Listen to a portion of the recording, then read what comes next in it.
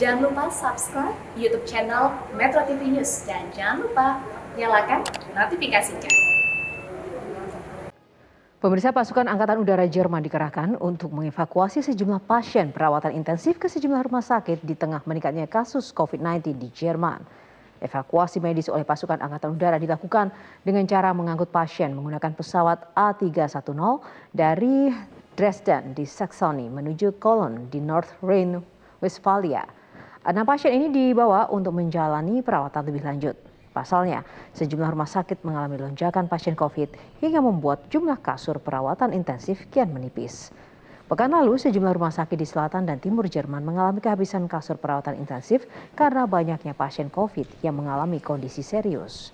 Sementara itu, pemerintah Jerman pada hari Senin telah memutuskan untuk melakukan pemeriksaan ketat bagi orang yang datang dari Afrika Selatan dan mewajibkan tes PCR.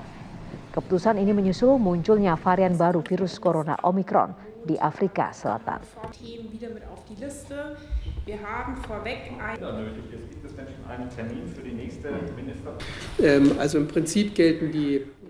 Dan pemirsa, kontributor Metro TV di Berlin, Jerman, Andi Tinelung akan menyampaikan informasi terkini seputar perkembangan kasus COVID-19 di Jerman. Kita akan langsung menyapa Andi Tinelung di sana. Andi Tinelung, apa kabar? Baik, Johanna. Terima kasih. Ya. Andi, berapa jumlah kasus harian COVID di Jerman saat ini dan juga berapa total kasus selama pandemi terjadi? Ya, Johanna, kasus harian memang di atas 50.000 ya per hari. Tapi sempat juga mengalami lonjakan yang cukup tinggi, bahkan hari ini jumlahnya di atas 73.000 kasus per harian. Namun demikian, insiden per minggu mengalami penurunan, itu di kisaran 400. Dan untuk jumlah total kasus di Jerman itu sudah melebihi dari 5 juta lebih. Ya, Andi, dengan adanya kenaikan kasus COVID-19 di Jerman, bagaimana rumah sakit menangani lonjakan tersebut? Lonjakan pasien khususnya? Iya, memang benar sekali, Johanna. Di Jerman ini, khususnya di 3 negara bagian, yaitu di Bavaria, kemudian di Saksoni, serta di Turingia, 3 negara bagian ini mengalami lonjakan kasus yang tinggi.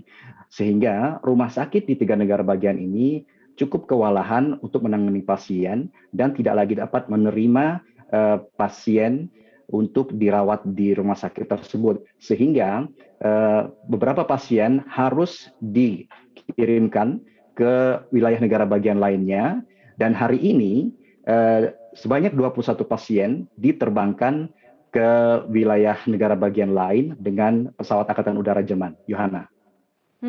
Lalu ini Jerman juga update terbaru sudah mendeteksi adanya kasus varian Omikron. Andi, berapa jumlah yang terdeteksi hingga hari ini? Memang jumlah warga yang positif Omikron belum dapat didata secara pasti. Memang di awal dari negara bagian Bavaria itu ada 4 yang terdeteksi, kemudian di Baden-Württemberg juga ada 5, dan bahkan hari ini terdeteksi 2 yang positif di wilayah Berlin. Namun demikian, ahli virolog menyatakan bahwa ada kemungkinan besar bahwa jumlah warga yang terkena virus Omikron ini sudah sekitar 100 warga. Johanna. Ya, lalu bagaimana kemudian pemerintah Jerman sendiri mengantisipasi merebaknya varian baru Omikron ini?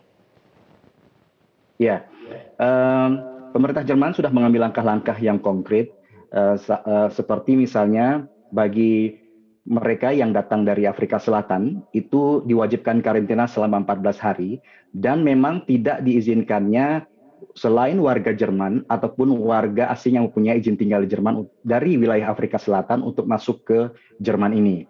Hanya orang-orang Jerman ataupun orang yang punya izin tinggal di Jerman ini.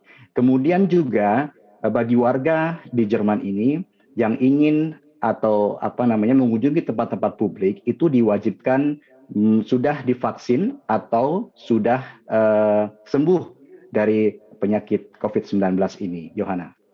Ya, Andi, ini kan Jerman termasuk negara maju yang memiliki banyak sekali aturan-aturan yang ketat terkait dengan COVID-19 ini. Tapi mengapa belum bisa mengatasi rebaknya kasus COVID-19 ini di Jerman, apa klaster terbesar yang menjadi pemicu COVID-19 di Jerman hingga saat ini? Iya, faktor terbesarnya adalah karena memang banyak dari warga Jerman yang masih belum mau divaksin. Hingga saat ini, jumlah warga Jerman yang sudah divaksinasi 2 kali atau full jab itu sebanyak 68,6%. Sedangkan yang 1 kali divaksin itu 71%. Nah, untuk mencapai herd immunity ini tentunya harus divaksin, warga yang divaksin mencapai 80-90%. Kemudian juga Yohana, saat ini di Jerman telah memasuki musim dingin, di mana banyak sekali aktivitas warga itu dilakukan di ruang-ruangan tertutup. Nah, ditambah lagi beberapa waktu yang lalu juga sekolah-sekolah dasar itu tidak lagi memberlakukan kewajiban murid-muridnya memakai masker.